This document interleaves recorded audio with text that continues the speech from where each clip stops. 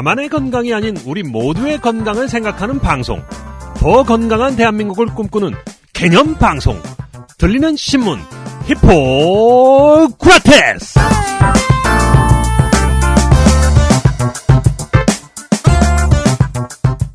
안녕하세요. 청년의사신문 박쌤 박재영입니다. 안녕하세요. 법무법인 세승 대표 변호사 김선욱입니다. 네, 오늘 크리스마스입니다. 네. 크리스마스에 눈은 안 왔어요. 적어도 서울에는. 네. 즐겁게 보냈습니까? 네. 별로 안 즐거웠던 모양인데. 네. 되게 뭐 중년 아저씨들한테는 뭐 크리스마스가 특별히 즐거운 날은 사실 아니죠. 권리는 없고 의무만 있는. 네. 그러게요. 네. 저희 방송 이런 거라도 한번 쉬어줘야 크리스마스가 좋구나 이런 생각을 할 텐데 전혀 네. 그렇지 않네요. 네. 오히려 네. 오늘 저희가 그 송년 특집을 네. 마련했죠. 네. 네. 이번 주 희구라에서는 청년의사가 선정한 의료계 10대 뉴스를 정리해보는 시간을 갖도록 하겠습니다. 희구라 136회 지금 시작합니다. 빠른 속도로 변화하고 있는 의료의 본질을 독특한 관점으로 바라보는 세계적인 의사 에릭 토폴이 환자의 권리 강화를 위해 내놓은 처방인 이 책은 누구나 읽어보아야 할 필독서다. 엘고어 전 미국 부통령. 에릭 토폴은 이 책에서 앞으로 보건의료에서 스마트폰이 어떻게 해서 중추적인 역할을 담당하게 될지에 대한 비전을 제시하고 있다.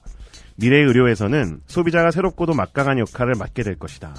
이 책은 어떻게 그런 일이 일어나게 될지를 우리 앞에 생생하게 제시한다. 신종균 삼성전자 CEO.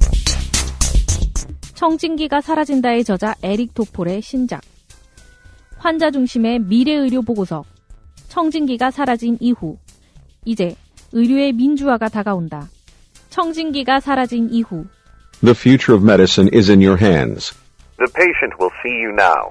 자, 의료계 10대 뉴스 같이 정리해 보기 위해서 곽성순 기자하고 김은영 기자 두 분의 기자가 나와 있습니다. 어서 오세요. 네, 안녕하세요. 곽성순 기자입니다. 네, 안녕하세요. 김은영입니다. 네. 반갑습니다. 예. 자, 의료계 10대 뉴스. 이 청년의사가 선정하는 건데 어떻게 선정하는 거죠? 곽 기자? 그러니까 지난 한 해에 있었던 일을 저희가 크고 작은 뉴스들을 진짜 다 뽑아가지고 쭉 나열한 다음에 저희가 다 같이 모여가지고 하나하나 다 얘기해보면서 찝고 이거 버릴 건 버리고 취할 건 취하고 이런 식으로 해서 10개 선정하는데 기자들이 선정한 거네요? 그렇죠. 그렇죠. 같이. 꽤 어려운 작업. 네. 네. 그러니까 이제 뉴스가 여러 개 있는데 그 중에 그렇죠. 이제 10개를 골라야 되니까. 그래서 요 내용은 우리 청년의사 신문에도 네, 송년호에 송년 특집으로 나와 있죠? 네. 네.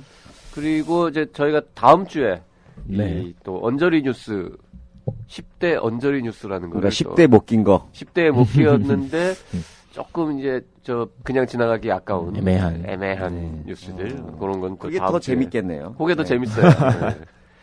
자, 송년 특집 의료계 10대 뉴스 하나씩 살펴보도록 하겠습니다. 이 뭐 순서는 특별히 중요한 게 그렇죠. 아니지만 예. 저희가 신문에 게시한 순서대로 하나씩 짚어보도록 하죠. 아무래도 거의 맨 먼저 누구의 누구나 이견도 아마, 없이 선정된 그랬을 뉴스 겁니다. 메르스 사태. 2015년. 그렇죠. 네. 이거는 무슨 일간지에서 선정하는 한국 사회 전체 10대 또 뉴스에도 들어갈 거예요. 거. 네. 그렇죠. 네, 당연히 네. 들어가겠죠. 네. 그저께 이제 종식 선언을 했죠. 아시는 그렇죠. 분들 네. 많으시겠지만 23일 자정을 기해서 완전히 종식됐습니다. 5월 20일에 시작했으니까 거의 한 7개월, 네. 반년 이상을. 네. 참 큰일이었어요, 진짜. 16,000명이 격리됐고 186명이 메르스에 감염됐고 그중에서 38명이 사망하셨습니다. 그리고 국가 방역 체계 개편 방안 이런 게 이제 발표되기도 했고요. 뭐 수많은 논란들이 있었습니다. 그래서 메르스 때문에 득을 본 사람은 거의 그렇죠. 없죠. 이번에 메르스 때문에 수혜 받은 수혜 기업이나 수혜주 이런 거는 거의 들어본 적이 없고 다 피해를 많이 봤죠. 그렇죠. 그 중에서도 특히 제일 많이 피해 본 거는 병원들이죠. 네. 병원들이 제일 피해를 많이 받고 손실도 많이 보고 삼성 서울병원의 피해야 이루 말할 수 없을 것이고 거기는 물론 삼성이 잘못한 것도 있지만 그렇죠. 네. 삼성 서울병원이 본인들이 잘못한 것보다 더 큰 피해를 봤다. 이렇게 어떻게 생각해요? 김은영 기자는 잘못한 것만큼 피해를 본 것 같아요? 아니면 잘못에 비해서 적게 피해를 봤습니까? 아니면 더 봤습니까? 물론 잘못도 했는데 그게 예상치 못한 일이었잖아요. 어느 누구도. 그래서 뭐 잘못한 만큼 피해를 봤다, 그보다 더 피해를 봤다. 그거는 좀 예. 다른 병원에서 그 일이 터졌어도 아마 그런 거의 뭐 비슷하거나 더 심각한 상황이 벌어졌을 수도 있죠. 그렇죠. 삼성서울병원은 그래서 병원장도 바뀌고. 네. 그렇죠. 김변은 뭐 메르스 관련해 가지고 뭐 기억에 남는 일 없습니까? 뭐 특별히 기억나는 건 없고요. 예, 뭐 저희는 로펌을 하니까 그 메르스 관련돼서 병원이나 뭐 보건복지부 산하의 뭐 질병관리본부에 대해서 소송이 가능하겠느냐 이런 문의들이 좀 많이 있었죠. 네. 그거는 진짜 아직까지는 뭐 소송이 벌어진 소송 진행 중에 있어요. 몇 개 진행 중인가요? 몇 개 진행 중에 있고요. 네, 그렇습니다. 좀 힘들지 않나요? 근데 그거는 글쎄요, 뭐 저희가 직접적으로 진행을 하고 있는 건 아니기 때문에 내부적인 판단으로는 쉽지는 않다. 그렇죠. 네, 그렇습니다. 이게 일종의 그런 거 아닌가요? 이렇게 무슨 천재지변이라고 그러나요? 예, 뭐라고 그런 쪽에 그런 예. 거잖아요, 이게. 예. 어떻게 국가가 알고 막을 수 있는 약간 뭐 애매하긴 한데 이게 이제 감염병이기 때문에. 예. 그러니까 국가의 책임을 도대체 어디까지 그렇죠. 예. 봐야 하느냐라는 거는 뭐 정말 어려운 문제인 것 같긴 합니다. 정작 피해를 당하신 분들은 굉장히 속상하고 엄청 예, 억울하신 그렇죠. 일인데 좀 이게 그거하고 또 실제로 손해배상을 해야 되는 거하고 또 다른 맥락에서 또 진행돼야 되는 얘기니까요. 그렇죠. 아니 그냥 자기는 그 시기에 병원에 어디 들른 것밖에 없는데 어느 날 갑자기 전화 와가지고 오늘부터 밖에 나가지 마세요. 이랬을 거 아니에요, 그분들. 그렇죠. 그거 얼마나 그거 진짜 황당한 격리되신 일입니까. 분들. 예. 그러니까 직접 이 메르스를 통해서 가령 사망하셨던 분이라든지 아유, 그런 고생하셨던 분들은 뭐, 분들뿐만 아니라 격리되셨던 분들도 좀 억울한 면이 많을 그렇죠. 거예요. 그분들도 다 이제 생활하셔야 되는 분들이고 그러신데 격리돼 있는 동안에 예를 들어서 뭐 월급쟁이 같은 그렇죠. 경우에는 네. 월급이 나왔겠지만 그렇겠죠. 예. 뭐 자영업자 하시는 분들 이런 분들 프리랜서나 네. 이런 분들은 못했을 거 아니에요. 그렇죠. 그런 손실을 보상받을 수 있는 방법은 없는 거죠. 그러니까 현재 법 체계 내에서 그때 당시의 법 체계 내에서는 좀 어렵고 그렇죠. 지금 그 이후로 없습니다. 법이 또 바뀌었잖아요. 그렇죠. 근데 이제 맞아요. 구체적인 내용은 또 시행령 시행규칙에서 맞습니다. 나와줘야 되는데 아직 그 구체화되지 않았고 또 그게 소급되지는 않을 거예요. 제가 볼 때는. 그래서 이런 게 어떻게 보면은 자기에게 생긴 불행, 불운 이런 것들이 그렇죠. 참 억울하죠. 근데 이제 억울합니다. 우리나라의 법 체계 자체는 일단 기본적으로 내 탓이다라는 책임의 그 규정들이 많아요. 그래서 일단은 그 안 좋았던 불운이나 불행 이런 것들을 내 탓으로 생각을 일단 하시고 다만 그게 상대방 또 국가나 뭐 병원의 책임이다라는 것을 또 그 불행을 당하셨던 분들이 또 입증을 해 나가셔야 되니까 그런 부분들이 쉽지는 않죠. 그러게요. 우리 저기 박쌤께서도 이제 이 신문사 이제 뭐 이렇게 수장으로 계시면서 이제 기자들 막 이렇게 지시도 하시고 뭐 이렇게 기사도 보시고 하시는데 특별히 뭐 이렇게 기억에 남는 거나 뭐 이런 거 혹시 메르스 때문에 있으신가요? 뭐 글쎄요. 기억에 남는 거는 일단 저희가 6월에 하이펙스라는 그렇죠. 행사를 그렇죠. 준비하고 있었는데 취소 그 행사 연기됐죠. 직전에 이제 메르스 사태가 발생을 해서 뭐 사전 등록 다 끝나 있는 상태인데. 아, 그랬죠. 근데 맞습니다. 이제 기억하시겠지만 5월 20일, 5월 말, 6월 초까지만 해도 이게 어느 정도까지 심각해질지를 몰랐잖아요, 아무도. 사실 그래서- 초기에는 네. 지금 좀 하다가 한두 달 정도 있다 뭐 끝나겠지 뭐 이렇게 아마 생각들 다들 하셨을 그렇죠. 거예요. 통제가 보통. 가능할 것이다라고 네, 봤기 때문에. 네. 그래서 저희 행사가 한 6월 18일 뭐 그 무렵이었는데. 그렇죠. 예. 그래서 강행을 할까 이런 생각을 해야 되나 연기해야 되나 취소해야 되나 이런 고민을 굉장히 힘들게 했었던 기억이 고민 많이 나고 하셨죠 그때 맞습니다. 그러다가 이제 3개월을 일단 연기를 했는데 다행히 3개월 후에는 행사를 할 수 있게 그렇죠. 예. 돼서 강행했더라면 큰일 날 뻔. 진짜 큰일 날 뻔했습니다 그때. 강행했으면은 딴 직종도 아니고 전국 병원에서 네. 근무하시는 분들이 한 300명이 한 곳에 모여가지고 아마 한 곳에 모여가지고 거기서 뭔가 터지면 난리 나는 거죠. 아마 9시 뉴스에 나왔을 겁니다. 네. 그거. 그래서 그 기억이 나고요. 뭐 그다음에 이 저희 자매 방송인 나는 의사다 의사다. 예. 특집 방송을 메르스 아, 전투가 엄청 벌어지고 했었죠. 있던 그 네. 건양대학교 병원에 찾아가서 맞습니다. 거기서 이제 그 전사분들 모셔가지고 같이 음. 인터뷰 방송 진행했던 것도 기억에 남고. 그리고 뭐 신문사 입장에서는 저게 제일 힘들었죠. 모든 방송 언론 매체들이 다 메르스를 크게 보도를 그렇죠. 하기 때문에 맞습니다. 저희 같은 전문 매체에서는 뭘 더 해야 되는데 아, 맞습니다. 일간지나 TV 방송에서도 워낙 많은 걸 하니까 우리가 뭐 더 할 게 없는 거죠. 그때 진짜 복지부 내려가면은 복지부 그 브리핑실에 진짜 발 디딜 팀이 없어가지고 기자들로 꽉 차서 매일매일 브리핑하고 그래서 그랬었거든요. 어쨌든 네. 그나마 저희 또 이제 그 일간지에서 다루지 않는 내용을 찾아가지고 뭐 현장 인터뷰 같은 거 많이 싣고 뭐 이런 거 했는데 뭐 기자들도 그때 상당히 고생 많이 아이고. 했었죠. 네. 자, 어쨌든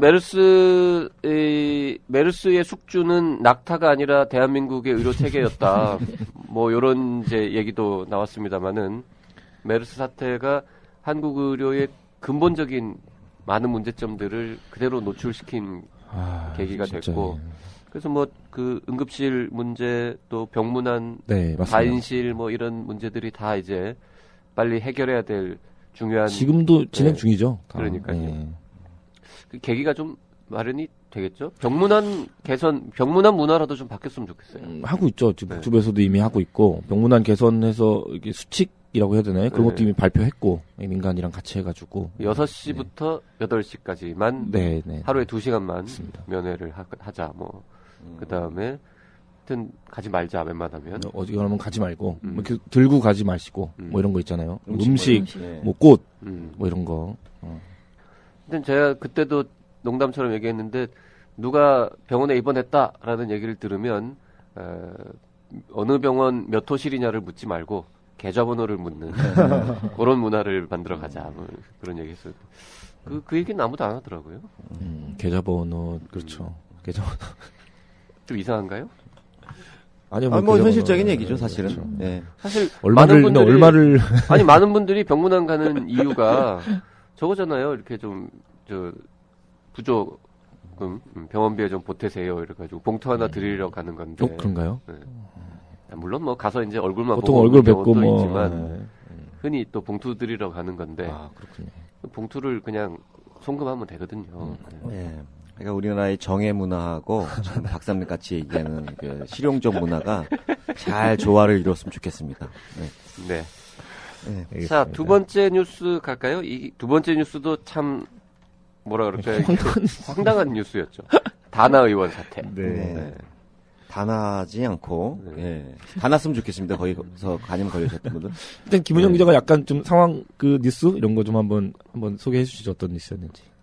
일단 서울 양천구에 있는 한 의원, 다나 의원에서 이제 C형 간염 감염자가 이제 80여 명 정도 발생한 사건인데요.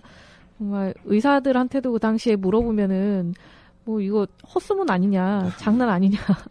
그렇죠. 다 안 그런 믿었죠. 반응이, 다 믿었죠. 믿을 수가 없는. 그런 그럴 리가 상황이었죠. 없다 이런 반응이었죠. 네. 더군다나 이게 정부에서 조사를 했는데 이 주사기 재사용이 원인이라는 사실이 밝혀지면서 또 한바탕 또 발칵 의료계가 그렇죠. 뒤집혔었죠. 그 조사 결과가 나와도 안 믿었어요. 아, 맞아요. 도대체 네. 요즘 우리가 무슨 저개발 국가도 아니고 맞습니다. 주사기를 재사용하는 몇십 원? 경우가 몇십 원? 어딨냐 뭐 뭐 이런 반응이었는데 결국 그게 이제 사실로 밝혀졌죠. 네. 예. 더 놀라운 건 2012년에 원장이 그러니까 뇌내출혈로 뇌손상 후유증을 알아서 이제 거동이 굉장히 불편했는데 이제 연수교육에 이제 원장 부인이 참여를 했다는 그런 의혹도 받았었거든요. 네. 그래서 면허 신고제 관리 문제도 불거졌었죠. 그렇죠. 그래서 그 의사 면허 관리 체제를 뭐 강화해야 된다라는 네네네. 그런 이야기가 많이 나왔고 아마 좀 강화될 것 같죠? 네, 그렇습니다. 실제로 복지부에서도 움직이고 있고, 그다음에 현장에서도 우리가 이 문제 터지고 난 이후에 이제 실제 연수교육 받는 곳에 이제 우리 기자들 막 가고 그랬을 때 이미 뭐 바코드 이런 거 찍어가지고 실명 확인하고 이런 게 이미 움직임이 있습니다.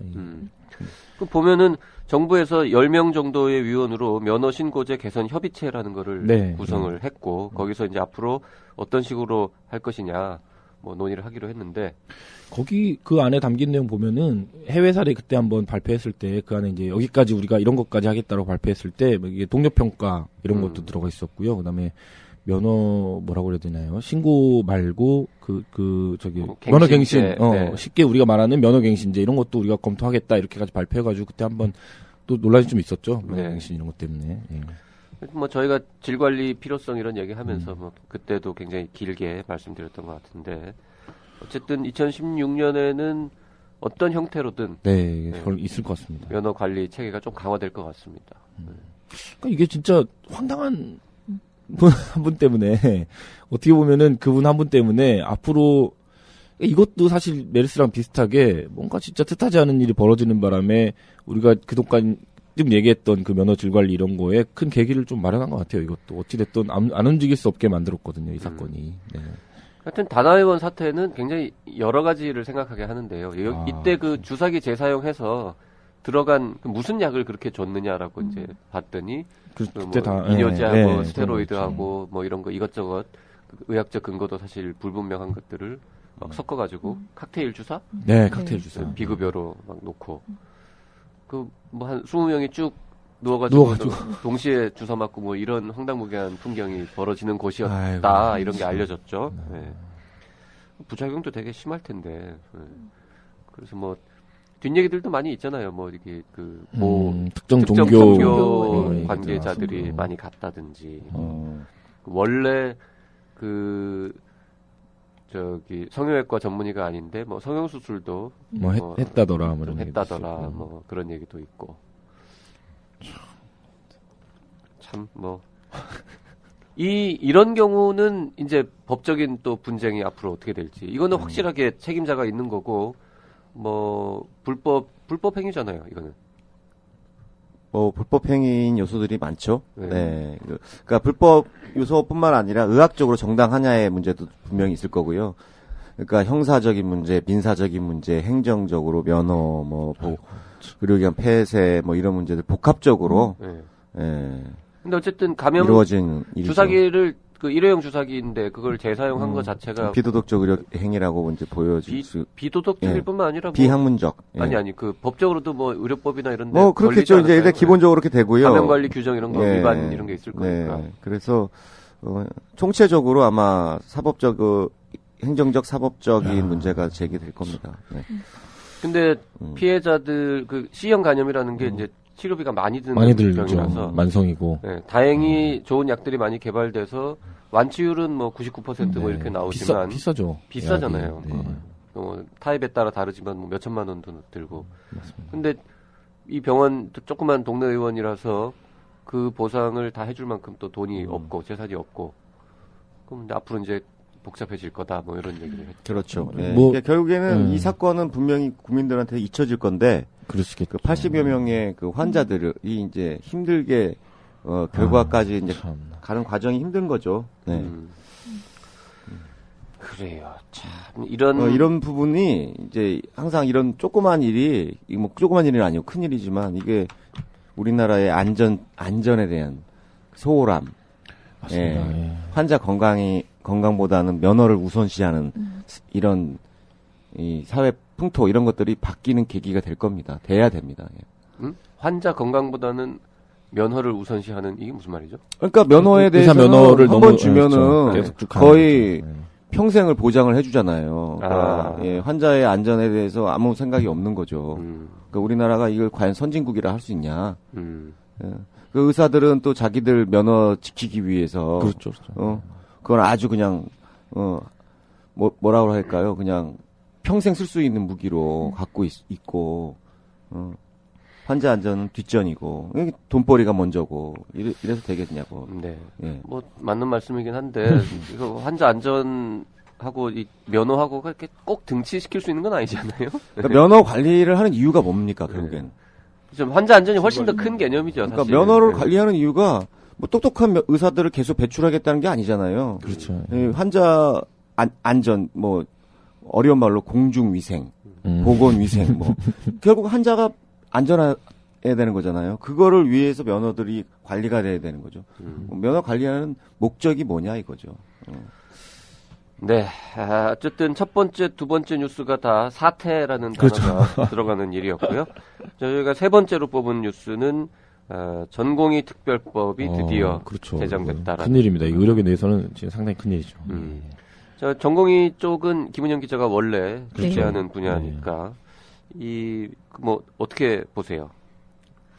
일단 그동안 전공의들이 주 120시간 이상씩 근무를 해오고 그리고 뭐 36시간 연속 당직도 서면서 굉장히 힘들게 근무하고 수련을 했다고 들었어요. 그래서 현장에 있는 전공의들은 이게 단순히 전공의들의 그런 뭐 열악한 근무 환경뿐만 아니고 그렇게 열악하게 근무하면서 발생할 수 있는 환자 안전 문제 같은 것들도 이번 기회를 통해서 좀 예방할 수 있는 그 근거가 마련되지 않았느냐라는 긍정적인 평가를 하더라고요. 그래서 그런 면에서는 저도 참 이게 좋은 이제 법안이 이제 시행이 되면 뭐 그런 측면에서는 긍정적으로 활용될 수 있지 않을까 생각이 듭니다. 근데 이 전공의 특별법이 이제 이 법이 시행됨으로 인해서 파생되는 여러 가지 의료계 내에 이제 변화도 있을 거고요. 그렇죠. 이게 굉장히 많을 텐데 일단 병원 입장에서 의료기관 입장에서 보면 이게 사실 굉장히 진짜 큰 일이거든요. 왜냐하면 이제 일이죠. 지금까지 물론 약간 뭐 그렇긴 하지만 이 전공의 분들이 이제 이렇게 일하면서 물론 교육도 이제 받으시겠지만 그 인력을 이제 누군가 이제 대체해야 되는 거잖아. 이분들이 이제 일이 줄음으로써 해서 대체하고 해야 되는 뭐 그런 부분들도 있을 거고. 그럼 거기 들어가는 또 인건비도 있을 거고. 뭐 이런 거 당장 지금 의료기관에 이제 닥칠 일이죠. 당장 이게 시행되면. 네. 이제 뭐 공포 후 1년 뒤에 시행이 되고요. 전공의 수련 시간 관련 조항은 2년 후에 네, 시행이니까 네. 준비를 좀 뭐 2년 정도 이제 준비할 시간이 남아 있긴 하지만 병원들은 상당히 큰 일일 거예요. 그렇죠. 대한병원협회에서도 이 전공의 특별법 통과하기 전부터 비상대책위원회를 꾸려서 회의를 몇 차례 진행을 했거든요. 그래서 그때 이제 회의를 하면서 나왔던 안이 정부가 3,500억 원 정도를 병원에 이제 전체 병원에 지원을 해줘야만 이 전공의 특별법이 시행될 수 있다라는 의견도 제안을 했었고요. 정부는 지금 그걸 하고 있죠. 호스피탈리스트 저희도 몇 번 소개해드렸는데 그거 지금 이제 민간이라기보다는 학계 차원에서 지금 하고 있는 거를 정부가 이제 우리가 하겠다 내년에 우리가 하겠다 이렇게 이미 발표는 한 상태입니다 지금. 네. 그러니까 민간이 하던 시범 사업을 그렇죠. 정부 차원으로 끌어올리기로 했죠. 네. 네. 근데 이제 이게 굉장히 오랫동안 논란 끝에 통과가 되면서 그 과정에서 여러 가지 규정들이 좀 왔다 갔다 했잖아요. 네. 너무 선언적인 내용만 있고 실질적인 효과가 적다라는 비판도 있어요. 놀랍게도. 네. 그 80시간이 말이 되냐. 근로기준법보다 2배인데 그게. 더 줄여야 된다라는 뜻이겠죠. 그러면. 그렇죠. 근데 그건 좀 너무 과도한 욕심이라 그럴까요? 근데 현실적으로 불가능한 이야기인데. 그렇죠. 일단 요 정도까지 하고 그다음 또 다음번에 개선을 또 기대해 봐야 되지 않을까요? 네, 아마 다들 그런 생각인 것 같아요. 일단은 틀을 마련해 놓고 이제 세부 시행 규칙이나 그런 것들을 조금씩 이제 현실에 맞게끔 다시 수정을 하겠다는 계획인 것 같은데. 어쨌든 36시간 연속 당직 이런 건 이제 없어지는 거죠. 앞으로. 네. 36시간 연속 당직 저 옛날에 해봤습니다. 앉아요? 원래는 그 36시간을 연속해서 일한다는 게 사실 불가능하잖아요. 네. 그러니까는 당직을 서더라도 밤에 이제 조금 자다가 깨다가 뭐 이런 식으로 이제 밤이 지나가는데 가끔 아주 운 없는 날에는 진짜 밤에 한 잠도 못 자고 밤새 왔다 갔다 하다가 아침을 맞는 경우가 있거든요. 그러면 이제 원래 아침부터 저녁까지 뭐 한 14시간 일하고 또 그 다음 날도 한 14시간 일해야 되는데 그 사이에 몇 시간 밤에 꼬박 잠을 못 자면 다 합치면은 뭐 36시간, 6시간 금방 나오고. 아니 근데 그런 상태로 환자를 케어가 되나요? 그 위험하죠. 그러니까 그러지 말자라는 거죠. 그럼 진짜 근데 모르시잖아요. 일반인 분들은 모르죠. 내 앞에 있는 의사가 지금 미국에서도 20시간째 잠을 못 자고 있다는 미국에서도 그 막 전공의들이 20시간, 30시간 잠 못 자고 일하다가 약 잘못 주는 것 때문에 충분히 있을 수 있는 일 같아요. 환자가 사망하는 의료 사고가 발생을 했었고 그 일을 계기로 전공의들을 좀 잠을 좀 재워야 된다. 너무 위험하다. 이렇게 돼서 이제 법제화가 됐던 거거든요. 결국 뭐 이것도 이 법의 목적이 뭐냐, 전공의들을 좀 편하게 해줄 거냐, 그건 아닌 것 같고요. 그렇죠. 예. 그 전공의들이 보는 환자들의 안전의 문제, 즉각 이 전공의들의 그 건강 상태라든지 제정신 상태 여부가 굉장히 중요하잖아요. 그렇기 때문에 환자 안전 관점에서 이 법도 좀 보면 아니 그러고 네. 보니 1번, 2번, 3번 뉴스가 다 환자 안전 환자 안전에 관련된 네, 부분입니다. 맞습니다. 이게 그러니까 우리나라가 선진국으로 가는 과정에서 결국에는 환자들에 대한 안전 배려를 이제 더 중시하는 쪽으로 바뀌는 거죠. 여태까지는 환자 안전보다는 병원들의 수익이라든지 뭐 전공의들의 개인적인 처우라든지 이런 부분들이 뭐 얘기가 됐지만은 사실은 이 국회에서 통과됐다는 의미는 국민들이 이제 관심을 그렇죠. 갖는다는 그렇죠, 뜻이거든요. 그렇죠. 그래서 시대의 흐름이다 이거는 이렇게 봐야 되는 거죠. 그래서 어차피 안전이라는 건 돈이 들어가요. 모든 안전에는 안전에는 돈이 말은 들어가죠. 좋은데 그렇죠. 무조건 재정이 들어가는 게 돼 있습니다. 돈 예. 없이는 그 돈은 할수 결국은 없어요. 국민들이 네. 부담해야 되는 거예요. 그렇죠. 세금으로 다 이게 하시는 세금이 되든 건보료 상승이 되든 간에 맞습니다. 국민들이 그것에 대해서 동의를 해줬다는 뜻은 이제는 우리가 돈 좀 더 내더라도 안전한 치료를 받을 그렇죠. 권리를 보호해 달라 이런 뜻이기 때문에 이 후속 조치로는 국민들이 어느 정도 재정적 부담을 같이 져야 됩니다. 저는 뭐 부담할 용의가 있습니다. 그래요. 이게 이제 농담 반 진담 반인데 대학병원에 입원하기에 제일 적절한 시즌이 있다. 대학병원에 입원하는데 이 좋은 계절은 한 5월부터 10월 사이다. 그렇죠. 2월부터 4월은 그런 얘기가 있어요. 위험하죠. 11월부터 11, 12, 1, 2, 3, 4는 좀 나쁘다. 이런 얘기가 있는데 그거 짐작하시겠어요? 왜 그런지? 뭐 새로 이렇게 일단 한 보고, 3, 4월 달에는 새로 이제 맞아요. 의사 면허를 따고 인턴이 되거나 아니면 새로 이제 레지던트 1년차가 시작되는 사람들이 업무를 맡다 보니까 익숙하지 않아가지고 맞아요. 약간 좀 뭐라 그럴까 이제 좀 우려되는 측면들이 좀 있다. 말씀을 조심해서 하셔야 돼요. 그리고 그러면 이 한 11월, 12월쯤은 왜 문제냐? 그때는 4년차 전공의들이 공부하는 거. 전문의 시험 준비한다고 네. 보통 이제 일을 안 하고 공부만 한단 말이죠. 그래서 인력이 모자라집니다. 그렇죠. 네. 그런데 지금 제가 이 말씀 드리는 이유는 뭐 3월 달에 이 신참들 때문에 약간 위험한 거는 뭐 똑같겠지만 이 전문의 시험 준비하러 들어가는 4년차 때문에 인력이 줄어드는 현상은 앞으로는 조금 이제는 줄어들 것 같다. 혹은 뭐 줄어들거나 없어질 것 없어지거나 같다. 이렇게 돼야죠. 네. 왜냐하면 이제 근무 시간이 정해져 있으니까 예전에는 뭐 그랬지만 벌써부터 병원에서는 4년차들 이제 시험 보러 일찍 들어가는 거를 아예 금지시키겠다라고 그렇죠. 당연히 하겠죠. 예, 이제. 한 곳들도 있어요. 왜냐하면 그분들이 사실은 제일 숙련된 그 그렇죠. 인력이잖아요. 병원 내에서 가장 액팅하게 열심히 하셔야 되는 분들인데 그분들이 사실 그 1년에 거의 반 정도를 공부하는 데 거의 쓰시죠. 반은 아니고요. 그 병원 따라 좀 다르고 과에 따라 다른데 보통 뭐 3개월 정도는 흔히 있는 일이고 한 6개월이나 뭐 심지어 그 이상 비는 경우들도 가끔 있죠. 그러니까 4년 동안 열심히 한 거를 그때 이제 약간 저거 하면서 웃어가는 거죠. 3년 6개월 동안 네. 아주 열심히 빡세게 일하고 뒤에 한 6개월은 그냥 출근 안 하고 공부만 하고 공부하고 뭐 이런 거잖아요. 거였는데 이제 앞에 3년 6개월을 좀 느슨하게 일하는 그렇죠, 대신에 그렇죠. 뒤에 6개월까지도 계속 그렇게 일해라. 그렇죠. 이렇게 이제 바뀌는 거죠, 이제. 예, 전공의들 입장에서는 그런 거죠. 그렇죠. 네. 네. 근데 그렇게 하는 이유가 어쨌든 4년 동안 좋은 그 수련을 받기 위해서인 거잖아요. 네. 그렇죠. 그런 것도 그런데 시간에 대한 것 지금 계속해서 얘기를 해왔었는데 그보다 더 중요한 게 병원들이 잘 지킬 수 있는 그러니까 감시하는 역할도 굉장히 중요할 것 같더라고요. 그래서 전공의들이 지금 집중해서 보는 게 수련환경 평가기구에 이제 전공의들도 그거는 직접 참여를 해서 예. 요거는 이제 병원협회의 발등에 불이 떨어진 이미 건이죠, 이거는. 결정 네. 난 거잖아요. 결정 났죠, 이거는. 지금까지는 그 뭐죠? 그 신임평가위원회. 신임평가위원회 병협에서 위임 받아가지고 병원협회가 병협에서. 수련 네. 환경을 감시 감독했는데 앞으로는 독립기구에서 하게 된다. 하겠다. 네, 이렇게 바뀌었죠. 그래서 뭐 이런 것들이 큰 사회 문화적 맞아. 파장을 그 수련 관련된 부분뿐만 아니라 그 전공의들의 권리 의식 이런 것 상당히 높여주는 거죠. 그래서 지금까지 이제 전공의들을 좀 막대했던 교수님들은 조심하셔야 됩니다, 진짜로. 예.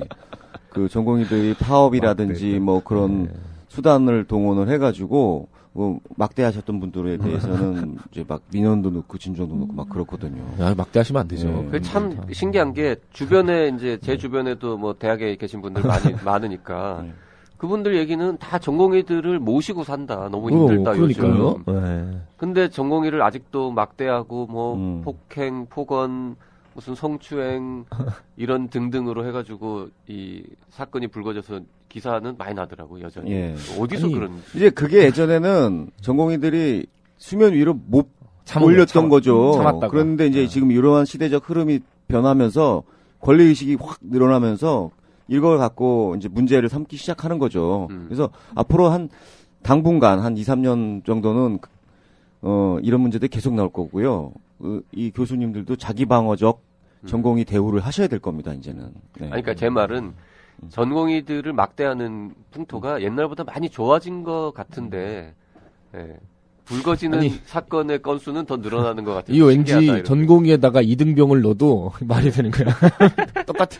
군대에서 있는 거랑. 예. 사회 전체적으로 이렇게 약간 뭐 비정상됐던 것들이 이제 조금 다 평준화되고 있고, 예, 눈높이도 다 비슷해지는 거죠. 네, 병원계에도 그런 날이 온 거죠.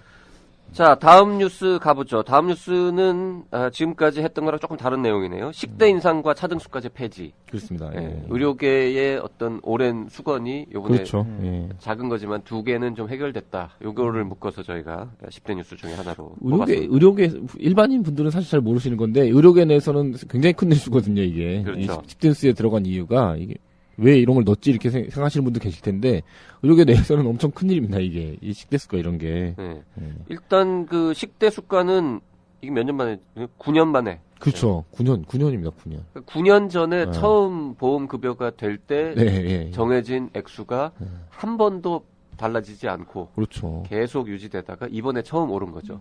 네. 아니 9년이면 짜장면 값이 올랐어도 올랐을 몇 텐데. 퍼센트 올랐죠? 6% 정도 인상됐습니다. 퍼센트 인상됐는데 이것도 말이 좀 있었죠. 이게 원래는 그러니까 매년 저희가 이제 의료계에서 그 수가 협상을 하잖아요. 네. 몇 퍼센트 올려주고 퍼센트 올려주고 이런 거 할 때, 근데 식대 수가도 거기에 좀 연동해서 하자. 원래 이게 이제 의료계에서 주장했던 거였거든요. 수가가 이 정도 올라가면 식대 수가도 그 정도 올리는 같이 연동해서 하자 이거 주장했었는데 그거는 결국 안 됐죠. 안 됐습니다. 안 됐습니다. 통과 안 그러니까 됐죠. 지금 6% 인상됐다고 해도 내년에는 또 어떻게 될지 가는 모르는 거예요. 거고. 모르는 겁니다. 예. 그럼 또 인상되려면 한 또 10년 한 기다려야 10년 돼요. 그러니까 참 이게 아니 먹는 거는 좀 챙겨줘야죠. 솔직히 네, 얼마나 옛날에는 된다고. 그 인플레 때문에 네. 인상을 딱 동결했잖아요. 근데 요새는 다시 디프레이션 빠질까봐 조금씩 인상을 해야 된다는 또 정책도 있잖아요. 네. 근데 뭐 완전 6% 인상도 아니고 뭐 이런저런 네, 직영 맞아요. 뭐 가산 뭐 네, 이런 네, 것들 네. 몇 개 없어져가지고 실제로는 맞습니다. 예. 그렇게 오른 것도 아니다 뭐 이런 반응이 그러니까 이제 있더라고요. 병원에서 직접 만들어가지고 하면 뭐 좀 더 주고, 그러니까 뭐 이렇게 영양사분들 몇 명 더 있으면 더 주고 뭐 이런 거 가산해 주는 거 있었는데 뭐 그러니까 그런 거 그거 없어지고 없어졌다는 막 거죠. 해주고 뭐 다 해서 그러니까 이렇게 잘 따져 보시면 별로 올라간 것도 아니에요 사실 이게. 그러니까 뭐 저 기본 요금은 올라갔는데 주행 요금은 오히려 그렇죠. 내려간 뭐 이런 분위기. 그렇죠, 표현 그렇죠, 좋네. 아 그러네요. 택시 미터기라. 택시비로 하자면 미터를 조정하는 거죠. 아니면은 거리가 줄어들었어. 네, 아니면은 기본 요금, 주행 요금 다 올랐는데 심해 할증이 없어져. 뭐 그런 느낌. 약간 그런 게 있습니다. 근데 이제 그런 말씀 하시죠. 이제 이렇게 한번 그래도 식대 수가에 문제가 있었다는 거를 인정을 하고 나라에서 올려주려는 생각을 일단 했다는 것 자체가 좀 고무적이다. 앞으로도 좀 이런 분위기가 아마 9년까지는 안 갈 거다. 좀 변화가 있지 다음에는 않을까 싶네요. 한 6년 후에 그런 올라가나요? 말씀하시더라고요. 네. 차등수가제 폐지는 정말 이건 일반 국민들은 뭔 소리인지 모르시는 그렇죠, 말일 텐데 그렇죠. 차등수가제. 저도 처음 이 얘기를 듣고는 차등수가제가 뭐지? 이런 처음 듣는 용어였는데 이게 이제 환자를 많이 보면 뒤쪽에 보는 환자들은 진료비를 깎는다라는 거잖아요. 진찰료를 진찰료를 덜 주는 거죠. 75명 넘어가면서부터죠. 네, 맞습니다. 이거는 진짜 이것도 15년 15년 됐다고 됐죠. 그러더라고요. 네, 이게 만들어진 지. 그렇죠. 네. 그 의약 분업 직후에 쫙 네. 올려줬다가 이제 차등수가제 들어왔는데, 근데 요새는 뭐 차등수가를 할 75명까지도 안 온다는 병원들이 많잖아요. 네.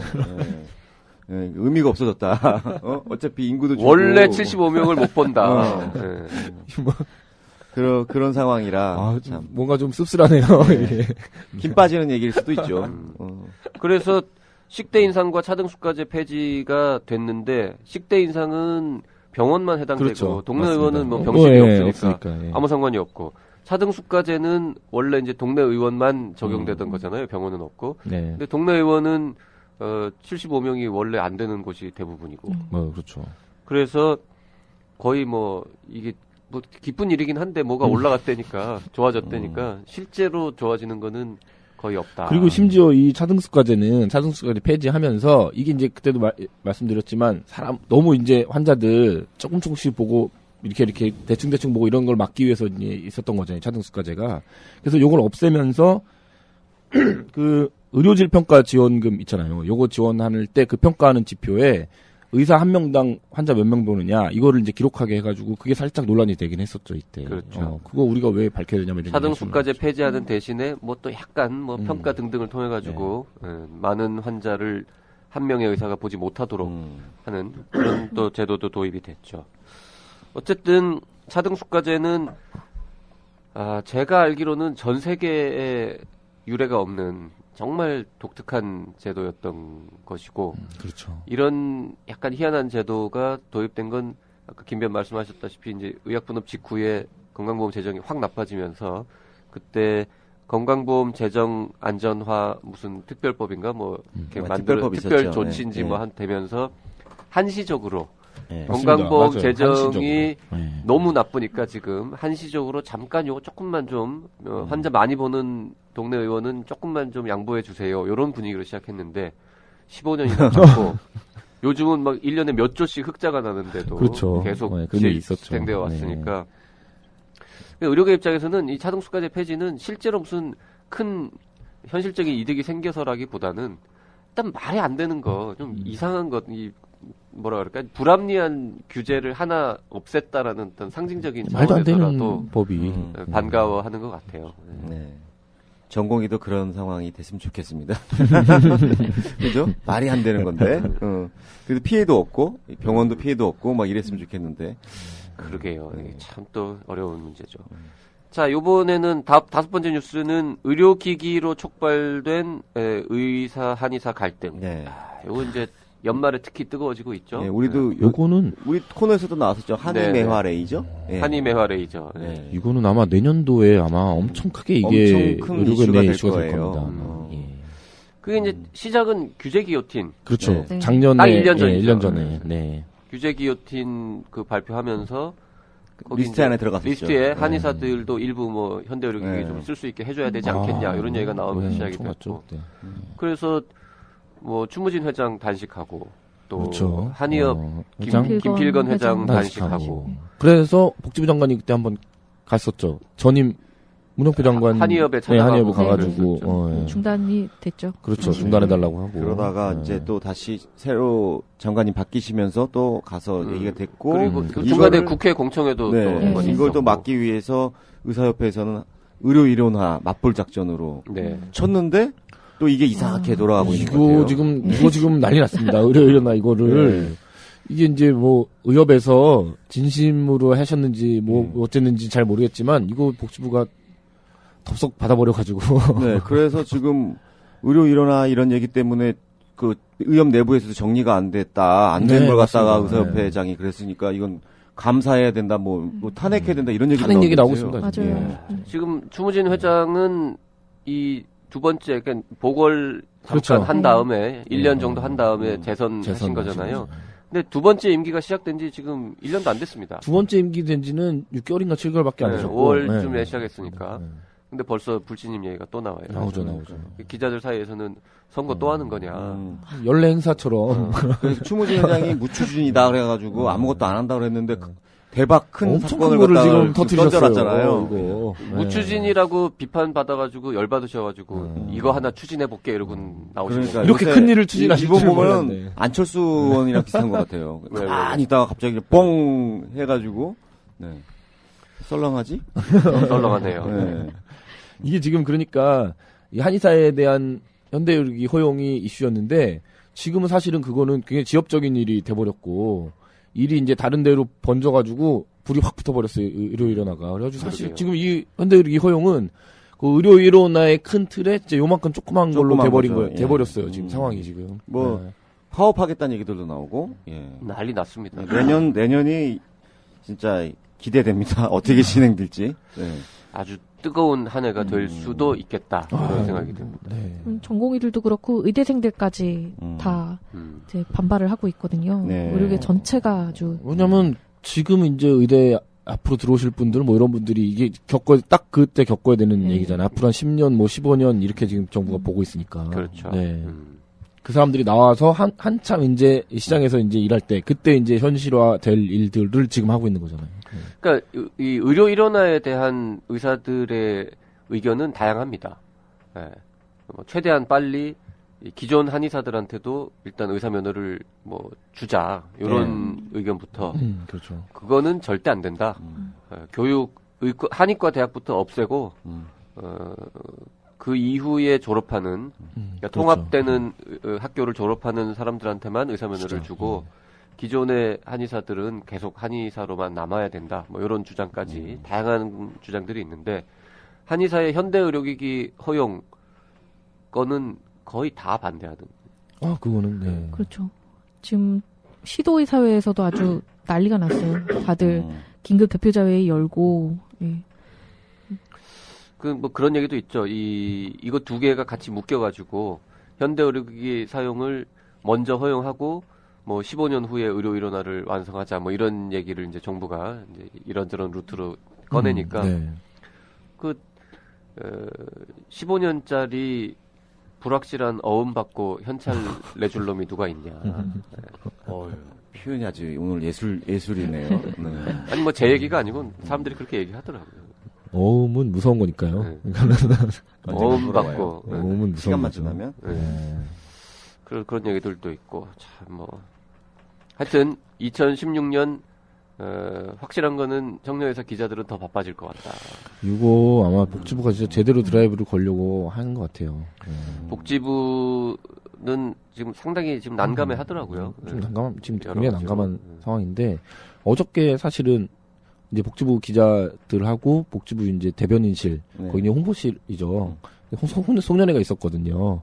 근데 거기 이제 이 의료 일원화 요거 하시는 주무 과장님이 굳이 오신다고, 그래서 왜 오지? 이렇게 기자들이 생각했는데 오셔서 이제 요 말씀을 이제 하시면서 이제 잘 부탁한다. 앞으로 이제 이렇게 할 건데 잘 부탁한다. 이런 말씀하시더라고요. 근데 그거 딱 들으면서 복지부가 내년에 진짜 이거 한번 하려고 하는구나라는 느낌이 들더라고요. 자, 어쨌든 그 현대 의료기기 그러니까 한의사들이 쓸 수 있는 현대 의료기기 목록 요거가 뭐 연내에 발표된다 이런 얘기가 있었는데 그거는 복지부에서 그거는 부인했어요. 부인했습니다. 네. 그거는 최소한 이게- 연내는 아니다라는. 연내는 아니라고 하는데 이게 지금 생각해 보니까 마련을 해놨다가 왜냐 그게 중요했을 때는 그걸 마련을 했다가 이제 일이 이렇게 커져 버리니까 그 발표가 이제 의미가 없어졌는지 뭐 그래서 없앴는지 아니면 원래 없었는지 모르겠지만 확실히 도장을 찍었습니다. 공식적으로 복지부가 그 목록은 없다. 없다. 발표도 안 한다.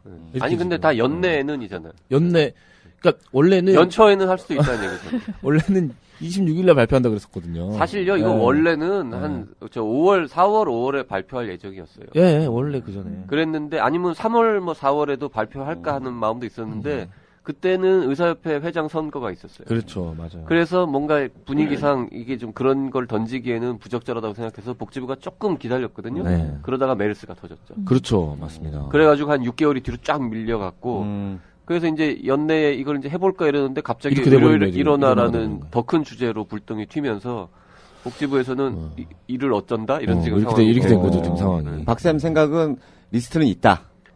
아니 리스트는 그 내부에서 이렇게 써봤겠죠. 그럼 얼마든지 할 수 있죠. 목록을 네, 만들어가지고 그렇죠. 야 요거는 될까? 요건 안 될까? 요렇게 그렇죠. 이제 하고 뭐 내부 물밑 뭐 논의는 저선량 있었겠죠. S레이는 될까 안 될까 뭐 이런 거겠네요. 넣어볼까? 뭐 이런 거. 그 혈액 검사는 뭐 어디까지 하지? 혈액 검사라는 거를 사람들은 한계라고 생각하지만 엄청 많죠. 혈액 검사는 뭐 수백 뭐 크게 보면 수천 가지라고도 할 수 있는 거라서 혈액 검사는 허용 이렇게 할 수는 없는 거거든요. 와, 이거 난리 납니다. 네.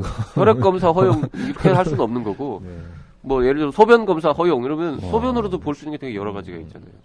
그러니까는 되게 어려운 문제인데 정부는 엑스레이, 초음파, CT 이런 거는 절대 그거는 검토 절대 대상도 아니라고 아니다라는 몇 번 얘기를 얘기했습니다. 여러 번 예, 해왔고 뭐 하여간 이걸로 인해서 루머들이 엄청 많은 것 같아요. 네. 아, 근데 관련 찌라시도 돌아다니고 예, 지금 루머도 이거 뭐. 있고 네.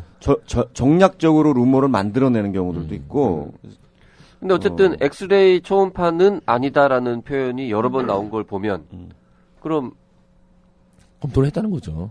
피검사 뭐 이런 거는 일부 들어가는 건가 하는 생각이 좀 들죠. 네.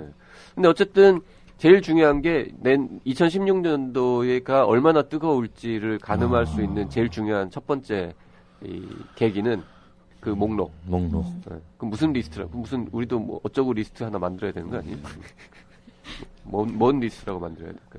하여튼 곽성순 기자가 몰래 잠입해서 리스트를 갖고 나와야겠네. 터뜨리면은 곽성순 리스트가 되는 거예요.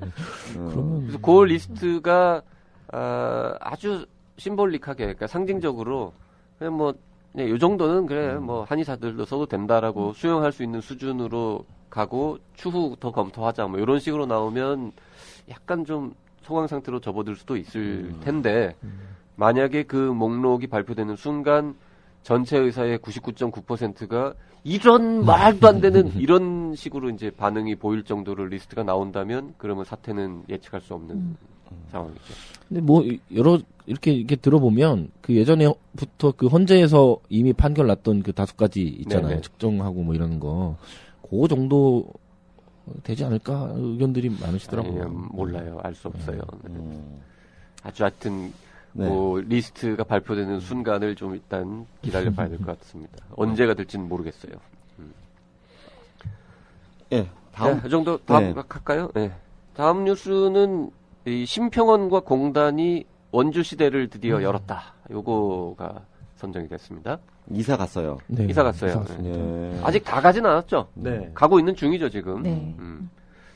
혹시 여기 가본 사람 있나요? 그 건물에? 아, 저는 못 가봤고 저희 저기 출입 기자가 심평원 출입 기자만 가봤나요? 갔었는데. 양금덕 기자만 네. 가봤습니다. 사진 보니까 꽤 멋있네요. 어마어마하다고. 네. 네, 네. 사진만 보여주고 이 건물은 무엇일까요?라고 사람들한테 물으면 다 리츠칼튼 호텔 그렇죠. 뭐 이런 대답을 할 정도로 엄청 잘 좀. 호화청사 어, 논란도 있었어요. 그래서. 네, 좋은 건물을 지었죠. 공단도 그렇고 심평원도 그렇고. 아니면 중요한 일들 하시는 분들이니까 좋은 데서 일하실 수도 있죠. 아니 그리고 심평원 같은 경우는 강남 한복판에 있었잖아요. 이 건물이. 그렇죠. 그러니까 그거 하고 가셨으면은 뭐 이 정도는 원주에다 지어도 되지 않을까 하는 생각도 들긴 하는데 진짜 완전 한복판에 있었잖아요. 거기. 아니 뭐 심평원 출입 남쪽 기자도 아닌데 이렇게 우호적인 발언을. 안 좀 했었죠. 심평원 출입을 제가. 내년 1월까지 이사가 마무리된다고 합니다. 네. 근데 이제 둘 다 원주로 보낸 게 원주 혁신도시. 맞습니다. 거기 있어요. 해가지고 네, 이제 네. 거기 좀 원주에다가 뭐 좀 새로운 신도시처럼 네, 개발을 네, 하고 그 도시의 메인 테마 중에 하나를 네. 이제 헬스케어 헬스케어 쪽으로 쪽으로. 가기 위해서 네. 가는 거잖아요. 네. 근데 이거 저기 관공서 2개 이전하는 거 말고 다른 분야의 뭐 뭔가 혁신적인 뭐 이런 거는 이제 아직 뭐 가야 별로 되는데 없죠. 기업이 예, 갖다 그게 듣지 이제, 뭐 이런 거는. 쉽진 않죠. 그게. 그냥 이것만 2개 가가지고 저 세종시 하고 서울하고 사람들 왔다 갔다 하는 것처럼 괜히 길거리에 버리는 시간만 늘어나는 건 아닐까 뭐 이런 걱정도 좀 합니다. 실제로 세종시 공무원들이 길거리에 버리는 시간이 굉장히 많거든요. 네. 그 최근에 국회에 19대 국회 마지막 있었을 때 진짜 공무원들이 거의 서울에 와서 살다시피 하고 막 이랬었는데 그냥 그 서울에 있었으면 왔다 갔다 하면 세종시 되는데. 도시 자체는 계속 잘 개발되고 있나요? 가본 적이 거기는요 없어서. 진짜 가보면 제가 지금 거기가 출입한 지가 1년이 넘었는데 처음에 갔을 때는 진짜 완전 허벌판을 막 이랬었거든요. 그러니까 거기 가다 보면 이제 버스 가는 라인에 보면 이제 아파트 막 짓고 있고 막 이랬을 때 처음에 갔을 때는 아파트 상가 진짜 아무것도 입점 안 돼 있고 막 이랬었거든요. 지금 가면은 다 이미 들어가 있고 그러니까 그 버스 그러니까 오송역에서 그 청사까지 가는 버스가 있어요. 990번 버스라고. 그거를 타면 처음에는 옛날에는 거기 다 이제 공무원 뭐 우리 같은 어디 이제 관공서에 일하러 이제 서울에서 내려오는 사람들 다 이런 사람들이었거든요. 서울 가방 들고 양복 입고 이런 사람들이 있었는데 요즘은 막 학생, 아주머니, 뭐 할머니 할아버지도 이런 분들 그 버스 타고 다니시면서 다 하시는 거 보면은 진짜 많이 바뀌었어요. 네. 어쨌든 세종시는 그럼 멀쩡한 도시로 도시- 점차 이제 네. 발전하고 있다는 뜻이네요. 네. 좋아지고 있습니다. 나날이. 네. 거기 계신 분들 저도 잠깐 뵀는데 근데 저녁이 너무 외롭대요. 맞아요. 그건 있어요. 네, 맞아요. 적막하다고. 맞아요. 그건 있더라고요. 거기 뭐 이렇게 술집이나 이런 게 술집 이런 좀 게 없대요. 극장 같은 건 있습니까? 극장 영화관? 극장도 못 봤어요. 아마 좀 나가셔야 될 거예요. 그 어디론가 그쪽 대전 뭐 이쪽으로. 뭐 원주야 뭐 원주시가 원래 뭐 이게 있으니까. 지방으로 가 있으면 또 서울에 또 오서 주무시기도 하고 교통도 이용하고 전반적으로 경제를 또 끌어올리는 효과도 있겠죠. 자, 원주에 이전을 했고 건물도 좋아졌는데 공단하고 심평원이 그럼 일도 앞으로는 뭐 좀 다른 모습을 보이느냐? 열심히 하시겠죠. 그건 이제 데라서. 네. 사실 무관한 이야기긴 한데 그렇죠. 봐야죠. 그렇죠, 앞으로 어떻게 그렇죠. 될지. 자, 이건 뭐 더 얘기할 게 없는 사실은 것 같아요. 큰 저건 없습니다. 그냥 예. 이거 왜 넣은 거예요, 이거? 넣은지 10대 모르겠네. 뉴스. 왜 넣었어요, 이거? 그렇게 중요한 뉴스인가, 이게? 그러게. 아니 같이 골라 놓으시고 지금 와서 이렇게 말씀하시면은 아니, 이거 사실 심평원 공단 출입 기자가 그래도 이거 하나는 그래도 아 그랬나요? 가야 되지 않겠냐, 뭐 이런 의견을 내기도 하고. 그랬군요. 공정성이 약간 없네. 사실 생각해 보면은 글쎄요. 어쨌든 이 보건의료 분야에서 제일 중요한 그렇죠. 이 기관 두 개 기관이 두 엄청 큰 개가 기관인데. 큰 기관인데 원주 시대를 계기로 해가지고 뭐 좀 앞으로 일도 좀 더 잘해봐라 뭐 이런 그렇죠, 뜻이 담겨 그렇죠. 있다고 봐야죠. 네. 자, 다음은 그 17년 만에 탄생한 의사 출신 복지부 장관 얘기죠. 아 이거 자, 우리 복지부 장관이 바뀐다고 해서 10대 뉴스에 넣지 않습니다 원래는. 안 넣죠. 이런 거야 뭐 장관 매년 바뀌는 거야, 바뀌기 뭐 때문에. 바뀌는데. 근데 이번에는 의사 출신이 오랜만에 그때 발표하는 날 저 아직도 생각나는데 네. 제가 이제 뭐 다른 인터뷰 때문에 이동 중에 이게 발표가 딱 되게 점심시간 무렵쯤 해가지고 발표가 전격적으로 났거든요. 근데 네. 그 전에 함화평 이런 거 저도 쓰긴 했는데 전혀 아무도 생각 안 했던. 깜짝 놀랐어. 진짜 깜짝 놀랐어. 사실 의사 출신 장관이 나올 수도 있다라는 그런 얘기는 얘기는 있었죠. 많이 돌았죠. 그러면서 의사 출신 장관 후보자 그렇죠, 이름도 있었죠. 네. 너댓 명 이렇게 거론되고 했었는데 야 이분은 정말 아무도 생각 안 했던 분이죠. 네. 왜 이분이 됐습니까? 그때 뭐 여러 가지 설이 있었죠. 근데 그 계신 분이 위에 계신 분이 이렇게 네. 뭐 주치로 계신 분의 뭐 이렇게 그쵸. 선배다. 누구의 인연으로 뭐 이렇게 됐다. 뭐 이런 얘기도 있었고 이분이 뭐 분당서울대 병원장을 꽤 잘하셔서 그걸 눈여겨보고 있던 윗분이 찍었다 뭐 이런 얘기도 있었고 예. 근데 뭐 밝혀지진 않았죠. 정확하게 어떻게 됐는지는 뭐 일부에서는 아직 정권을 잡지 못했다. 뭐 이런 얘기도 있던데. 이분이요? 예. 그거 그렇죠. 근데 이제 그 얘기가 왜 나왔냐면 네. 저희도 몇 번 소개해드렸지만 이 차관하고 그 밑에 이제 뭐 국장 이런 거 발표 네. 났을 때 다 외부에서 이제 오면서 예, 뭐 이런 저런 얘기들이 좀 있었는데 글쎄요. 근데 그게 또 첫 케이스는 또 아니라서 예, 너무 그렇게만 보는 건 또 우리가 있지 않냐 이런 말씀도 있으시고 뭐 그러죠. 예. 근데 17년 만에 의사 장관이라고 얘기를 했지만 그 17년 전에 장관 되셨던 분은 뭐 일주일인지 한 달인지 하고 물러나셨던 거라서 실제로 이렇게 길게 제대로 장관답게 일을 하고 있는 거는 거의 뭐 한 30년 만에 네, 지금 맞습니다. 일어난 거잖아요. 네. 네. 근데 뭐 좀 달라진 게 있다고 느낍니까? 의료계에서? 전혀 반가워하지 않는 것 같아요. 의료계에서는. 굉장히 열심히 지금 대외 활동은 굉장히 열심히 하고 계세요. 지금 어디 많이 다니시고. 근데 불과 네. 지금 몇 개월 안 됐는데 그렇죠. 벌써 평가하기는 좀 어렵죠. 네, 이분이 처음 이제 딱 오르셨을 때 원격 의료 관련해서도 굉장히 논란이 있었거든요. 그래서 의료계에서 의사 출신 복지부 장관이 됐음에도 불구하고 표정이 그리 밝지 않았어요. 되게 우려하는 목소리도 있었고. 그리고 그 한의사 현대의료기기 사용 관련 질문에 대한 답변. 그때 한번 저기 그것 때문에 국감 뒤집어졌죠. 국감 때 한번 말씀 적어하셨다가 반대하지 않는다라는 말을 했어요. 애매하게 하셨죠. 개인적으로는 또 뭐 그렇죠. 반대하지 않는다. 예. 근데 장관이 반대하지 않는다라고 하는 건 정부의 공식 입장과 뭐 그럼요. 이라고 봐도 되는 네, 거잖아요. 그럼요. 그 사실 이게 지금 뭐 신문에 안 난 이야기인데 우리는 팟캐스트니까 이 정진엽 장관이 장관 임명 받고 이제 병원을 떠나면서 그 주변 분들한테 한 얘기 중에 제가 들은 게 있습니다. 그런가요? 주변 분이었나요? 주변 뭐? 분이었어요. 장관님 주변의 네. 분. 전해 들었다. 많은 사람이 모인 자리에서 그렇게 말씀하셨답니다. 그러니까 뭐 장관님 앞으로 가셔서 그러면 이제 어떤 뭐 소신을 가지고 뭐 큰 뜻을 펼치시고 뭐 이런 이제 덕담을 누가 했을 거 아니에요. 예. 그때 우리 장관님께서 장관이라는 자리는 내 개인의 소신을 펼치는 자리가 아니라 그 임명해주신 분 혹은 이제 이 대한민국 정부의 정부가 하라고 하는 일을 수행하는 대신 수행하는 자리다. 이런 식의 포지션을 확실히 잡으셨군요. 네. 그러니까 정부 대한민국의 일을 내가 대신 맡아서 하는 거지. 내가 뭐 뜻을 펼치는 자리가 아니다. 이런 말씀을 하셨죠. 1년 맞는 굉장히 좋은 말인데 좋은 맞는 말씀이죠. 말인데 왠지 그 듣는 분들은 약간 씁쓸해했다는. 그렇겠죠. 예, 그 집안에서 뭐 그러네요. 검사가 났는데 가서 자기는 공평무사하게 하겠다 이렇게 얘기하면 좀 그렇잖아요. 우리는 좀 편들어주고 그럴 줄 알았는데. 좋은 표현인데. 네. 좋네요. 요거 좋네요. 네.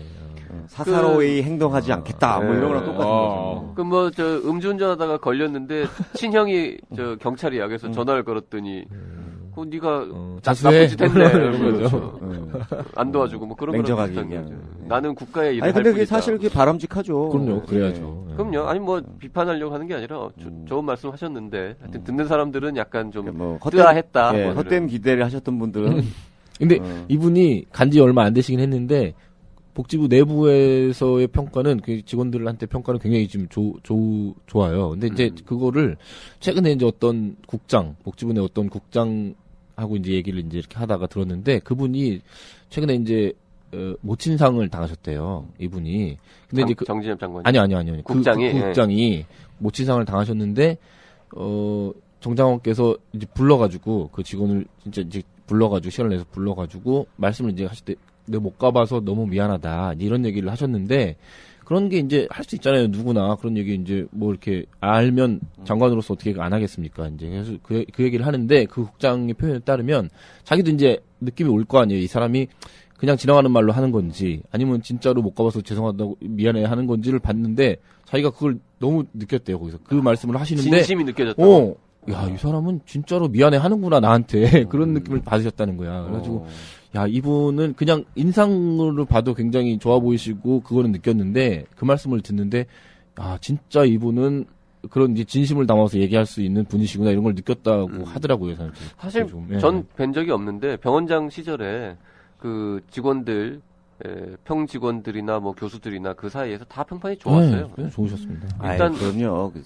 분당 서울대라는 조직이 복지보다 크지 않나요? 인원수로만 보면? 그럴 것 같은데요. 그렇죠. 비슷비슷할 것 같아요. 몇천 명, 복지부도 한 4천 명? 뭐, 정도 되거든요. 다 관리하셨던 분이기 때문에. 그리고 또 연임도 하셨잖아요. 그렇죠. 분당에서. 오래 하셨죠? 예, 그러시니까. 어떤 분이냐라고 물어보니까 일단 인품이 참 좋으신 분이다. 그 말씀을 다 하세요. 이런 얘기들은 이제 옛날부터 있었으니까요. 하여간 뭐, 더 잘 해주시길 바랍니다. 그럼 메르스 때문에 이익 보신 분, 이분 한 분 꼽아야 되나요? 그렇게 말씀하시면. 메르스 안 터졌으면은 정진엽 장관이 나왔겠어요, 이게? 문 장관님께서. 문 장관님 계속 하고 있을 것 같은데? 문 장관님이 또 전 장관님이 이번 국민연금관리. 공단. 예, 공단. 거기에 또. 넣으신 게 맞는 것 같아요. 네, 거기를 넣으신 게 원래 맞는 그쪽 전문가시니까. 그렇죠. 근데 이제 장관까지 하셨던 분이. 뭐 그렇긴 한데, 그럴 수도 있죠. 근데 어쨌든 아까 메르스로 이익 본 사람은 없다 이랬는데, 왠지 이분은 이득을 보신 편이 아닐까. 이 세상을 짧게 보지 말고, 깊게 봐야죠. 네. 그 얘기는 장관이 된 게 이득이 아닐 수도 있다라는 얘기죠. 아니에요. 뭐 더 좋을 수도 있고. 예. 자, 어쨌든 오랜만에 의사 출신 복지부 장관 의사를 편들어 달라는 얘기를 하는 게 아니라 이 의료계의 문제를 정말 잘 알고 계신 분이니까 잘 보시고 불합리한 정책이 그렇죠. 나오지 않도록 좀. 그러니까 보건 쪽에 조금 더 신경을 더 많이 써줬으면 좋겠다. 예. 보건복지 중에서요. 예. 자, 내년 뜨거워지는 또 뜨거울 것이 예상되는 2016년 정진엽 장관의 역할 더 중요할 것 같습니다. 그래요. 지금 보면 한의 의료 분쟁이라든지 다나 의원 사태 면허 관리라든지 메르스라든지 맞아요. 이 굵직굵직한 뉴스는 보건 분야가 많잖아요. 그럼요. 그러니까 네. 정 장관님이 조금 더 역할을 발휘하실 수 있는 영역이다. 앞으로 이제 진짜로 이제 내년에 본격적으로 다 해결을 하셔야 되는 네. 일들이잖아요. 이게 사실 올해는 터진 거고 그렇죠. 이제 뒤처리는 이제 내년으로 넘어가는 와중인데 열심히 잘 하시겠죠. 예. 자, 네, 다음 뉴스는 호스피탈리스트 시범 사업이 잘 되고 있다. 이게 이제 꼽혔는데. 예, 이건 아까 근데 잠깐 말씀을 드려가지고 네. 길게 뭐 드릴 말씀 없으실 것 같은데 지금은 이제 민간에서 하고 있다. 근데 이제 정부에서 내년부터는 정부 차원의 시범 사업을 하겠다 이렇게 발표했다. 그 내용이죠 지금. 네. 저희가 이게 사실 어떻게 보면은 되게 작은 그냥 조그만 제도의 시범 사업일 맞습니다. 뿐인데 근데 이거를 10대 뉴스로까지 뽑은 거는 뭐 앞으로 상당히 이 이슈가 중요해질 엄청 중요해요. 가능성이 있다. 네. 요런 판단 때문인 거죠. 네, 그렇죠. 사실 뭐 전공의 특별법 때문이기도 하고 그와 무관하게도 원래 좀 해외에서 있었죠. 계속 예. 이제 이런 제도가 좀 효과를 거두고 이러면서 입원 환자 케어의 수준을 높이는 차원에서 맞습니다. 계속 얘기가 나왔었죠. 근데 호스피탈리스트는 우리말은 아직도 못 찾았나 봐요. 그런 것 같아요. 뭐라고 불러야 되는지 이게 고민하다가 국민들 입장에서는 참 어려운 용어죠. 이제 잘 모르실 아니, 거예요. 병원에 아마. 예. 의사들이 다 많잖아요. 다 의사지 근데 또 뭐. 무슨 또, 예. 그러니까. 또 다른 의사가 있어야 돼. 그러니까 그죠? 맞아요. 예, 그러니까 예, 병원에 가면 맞아요. 교수를 하시는 의사가 있고 교수가 아닌 의사가 있고 뭐 이런 건가? 예, 그렇죠. 이렇게 그리고 뭐 생각할 수도 있을 거예요. 배우는 의사가 있고 가르치는 의사가 있고 그 교수하고 전공의 정도가 있었는데 물론 뭐 중간에 뭐 전임의도 가지고. 있고 뭐. 근데 요건 뭐지? 이런 이제 애매하죠. 그런 식으로 따지면. 아, 호스피탈리스트를 그래서 뭐 입원 환자 전담의 뭐 이렇게 길게 이런 식으로 예. 부르기도 했는데 입원 환자 전담의 이상하잖아요. 이상하죠. 네. 예. 그럼 여태까지 입원 환자 전담하던 사람 의사가 없었다는 거야? 없었던 거야? 그런 얘기 나오죠. 예. 없었죠 사실은. 네. 없었던 건 없었죠. 사실이지만 없었죠. 예. 입원 환자 전담의 이거 이상하고 그래서 뭐 호스피탈리스트 이거 좀 좋은 장명 없을까요? 번역? 병원쟁이? 직역하면 그런 거잖아. 이름을 잘 병동 의사? 만들어야 돼요. 이름을 잘 만들어야 되는데 착착 감겨야 되는 그러니까 게 이게. 호스피탈리스트라는 말도 신조어잖아요. 이거 아마 옛날 영어 사전에 안 나오는 말입니다. 그럴 네. 것 같아요. 예. 이거는 예. 미국에서 그 입원 환자 전담 의사라는 그 자리를 새로 만들면서 그 사람들한테 호스피탈리스트라는 이름을 붙여준 거거든요. 이제 우리는 우리말로는 이거를 뭐 어떻게 해야 될지 잘 모르겠어요. 근데 호스피탈리스트 7글자 이것도 길고 좋은 의견 있으면 문자 보내주세요. 소개시켜드리겠습니다. 저희 네. 방송에서. 네. 자 넘어가죠 그러면. 네. 이거는 이제 정부 조직 개편 그러나 졸속 비난. 요게 제목이네요. 네. 어떤 이것도 개편? 메르스 때문에 나온 이것도 거죠? 이제 사실 메르스 네. 때문에인 건데 최근에 이제 하나가 됐죠. 질병관리본부장이 이제 차관급으로 차관급으로. 수격되면서 기관이 좀 의상이 좀 격상됐다고 해야 되나요? 질본에. 그게 사실은 지금 핵심으로 거의 이제 굳어지고 끝나는 분위기인데 그 전에 이제 여러 가지 논란이 있었죠. 보건복지부를 중에서 보건부를 독립시키자 이런 얘기도 한번 훅 불었었고 네.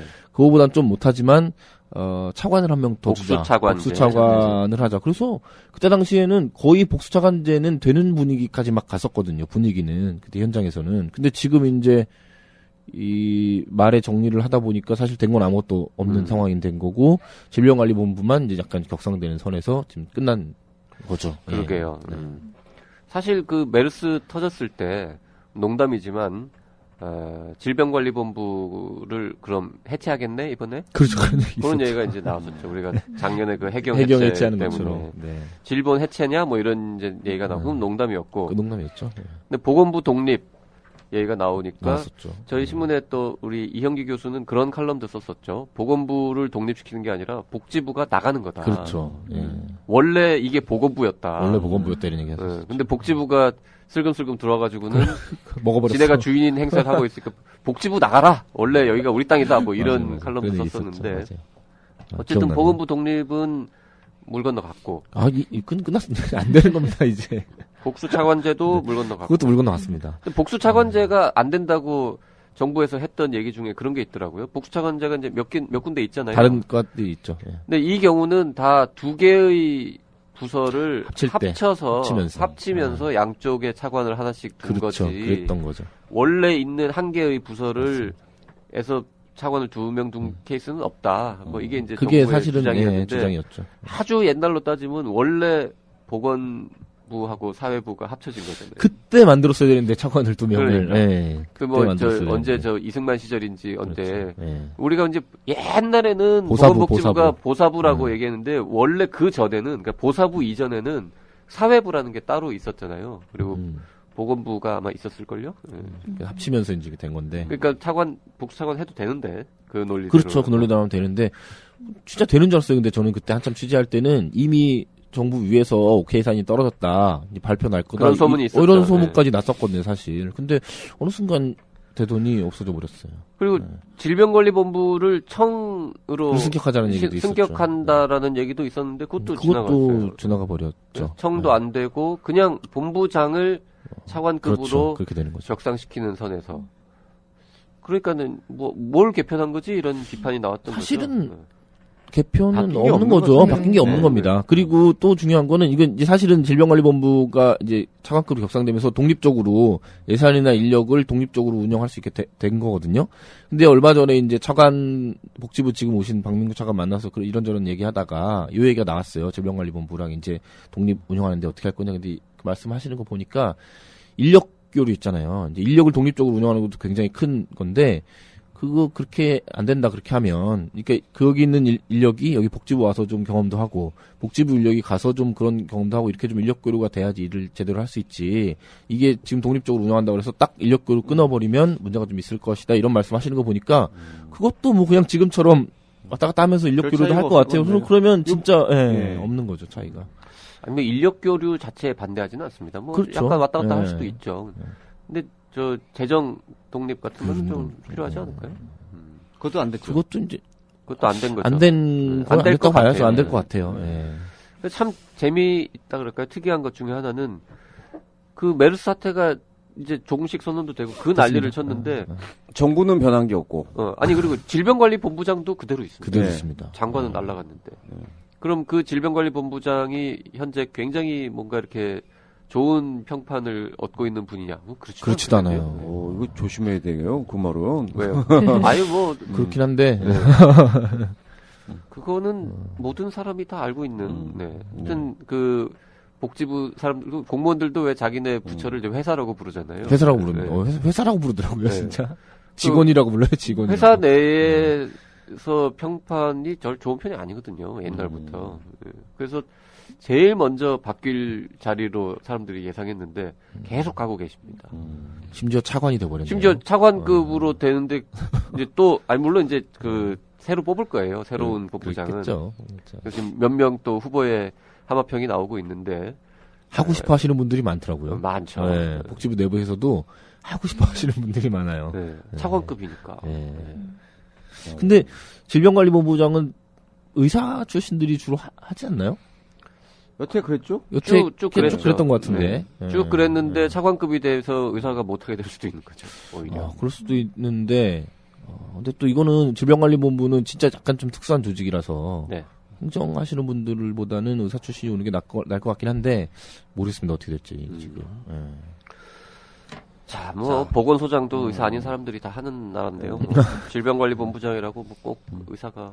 그렇죠. 저는 오히려 차관급으로 격상됐기 때문에 노리는 사람들이 많아져서 의사 출신 공직자나 교수나 이런 분들이 들어가기가 더 어려워지지 않았을까 이런 생각도 좀 합니다. 그럴 수도 있습니다. 자, 10번째 마지막 뉴스는 뭡니까, 곽성순 기자? 원격 의료와 의료 영리화 논란 올해도 여전했다. 이거는 매년 해결되기 전까지는 아마 계속 들어가지 않을까 싶은데. 자, 원격 의료는 지지부진했죠, 논의가. 그렇죠. 거의 아무것도 된 게 없죠. 거의 된 게 없고, 지금 이제 2차 시범 사업해서 그 발표를 정부가 이제 언제 하느냐, 그 발표가 어떻게 나느냐, 요거를 이제 예의주시하고 있는 상황이고요. 시범 사업에 참여하는 의료기관 숫자만 조금 늘었군요. 늘었는데, 여전히 이제 어디서 하는지는 이제 복지부에서 발표 안 하고 있고, 이렇게 있습니다. 그리고, 심지어 그 원격 의료, 법 의료법 개정안은 국회 통과가 안 됐고 안 됐고요. 네. 그다음에 복지부 예산도 원격의료 관련 예산은 또 줄었어요. 줄었습니다. 네, 약간이지만 네. 좀 줄어들었고 네. 뭐 의료 영리화 논란도 계속됐는데 법만 놓고 보면은 국제의료사업지원법이라는 거는 통과가 됐어요. 통과됐습니다.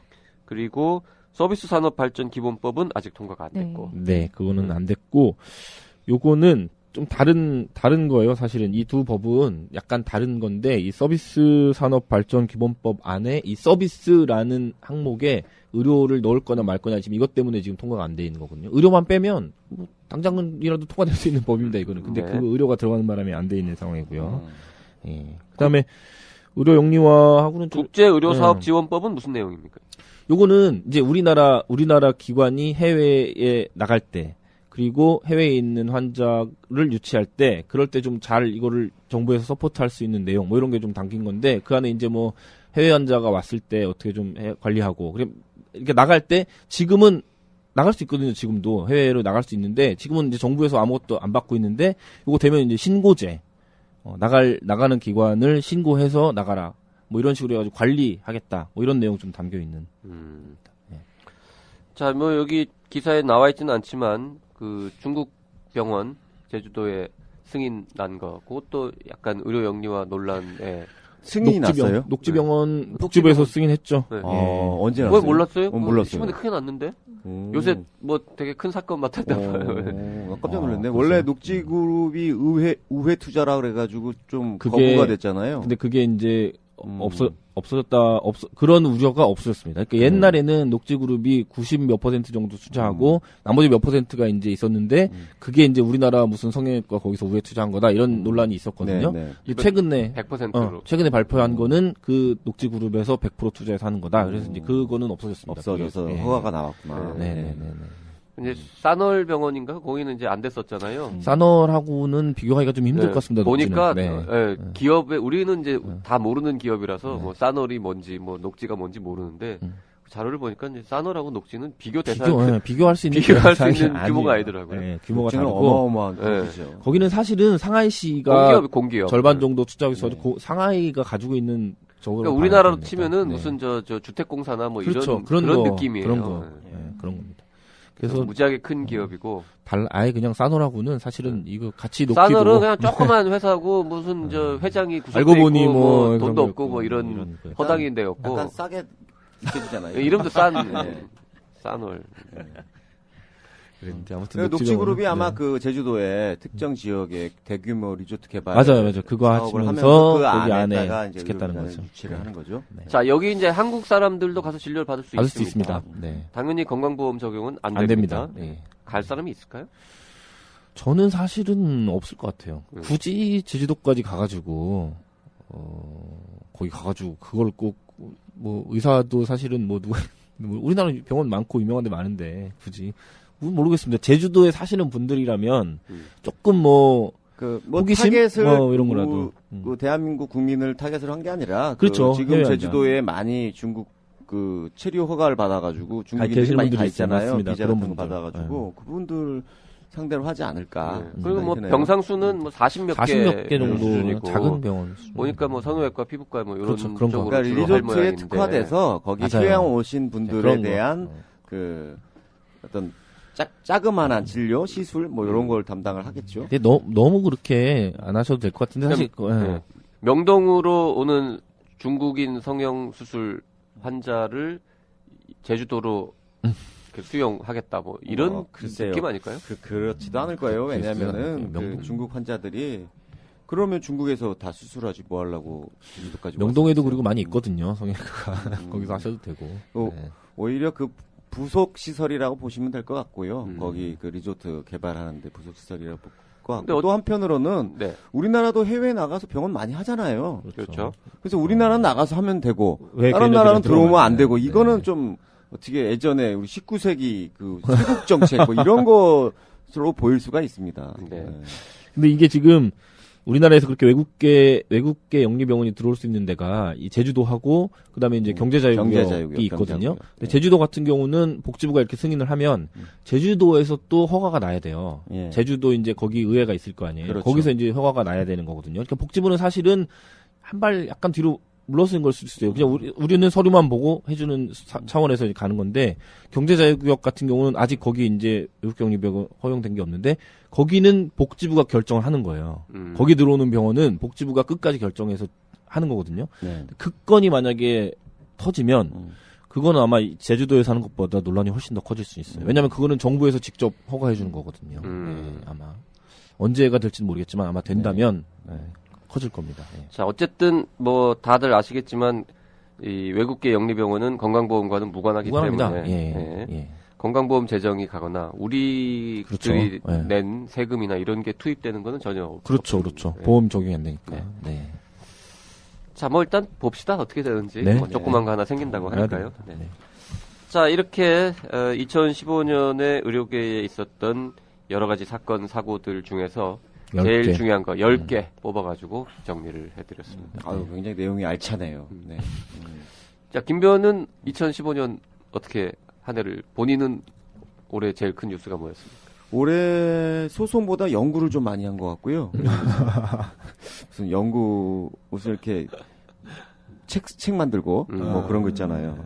발표하고 어디 네, 가서. 발표하고 네, 그런 일들을 많이 했고 또 해외에도 좀 많이 나갔고 또 그랬던 경험이 있네요. 그래서 저희도 뭔가 새로운 시장을 개척하기 위해서 머리를 많이 써야 되는 한 해였다. 그리고 내년도 더 그럴 것 같다. 예, 그래서 기존에 그 판에 박힌 업무로 이 살아나가기 힘든 세상이 계속 되고 있는 것 같습니다. 맞습니다. 로펌도 그렇군요. 저희 신문사도 계속 미디어 환경이 다 그렇죠. 변하면서 예. 저희 뭐 어떻게 변화해야 되는지 지금 굉장히 고민 많이 하면서 뭐 시도도 해보고 이랬던 하는데 뭐 2016년에도 저희 또 새로운 거 많이 준비를 해봐야죠. 저희 같은 경우는 사실 다른 매체들에 비해서 새로운 것을 굉장히 많이 굉장히 많이 하는 하는 스타일이죠. 스타일임에도 불구하고 걱정이 많은데 네. 그렇습니다.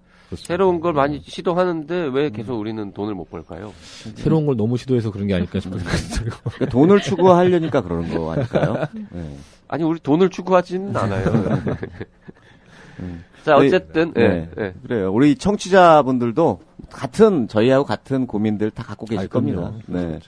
내년에는 또 어떻게 할까, 뭐 이런. 자, 청취자분들도 2015년 10개까지 뽑기 어려우시면, 개인적으로 뭐 한 3개? 3개 정도. 올해 제일 나한테 있었던 제일 중요한 사건, 뭐 2-3개라도 한번 생각해 보시는 시간 가져오면 어떨까 싶습니다. 자, 우리 기자들과 함께 10대 뉴스 정리해본 오늘 희구라 여기까지 하겠습니다. 청취 소감은 페이스북, 청년회사 라디오, 팟빵, 아이튠즈 등에 댓글 주셔도 되고요. 이메일 radio@doc.co.kr로 보내주셔도 됩니다. 네, 지금까지 PD 곽성순, 작가 김은영이었습니다. 들리는 신문 히포크라테스 2015년 성탄절 12월 25일 방송 마치겠습니다. 여러분들 메리 크리스마스입니다. 메리 크리스마스. 네, 감사합니다.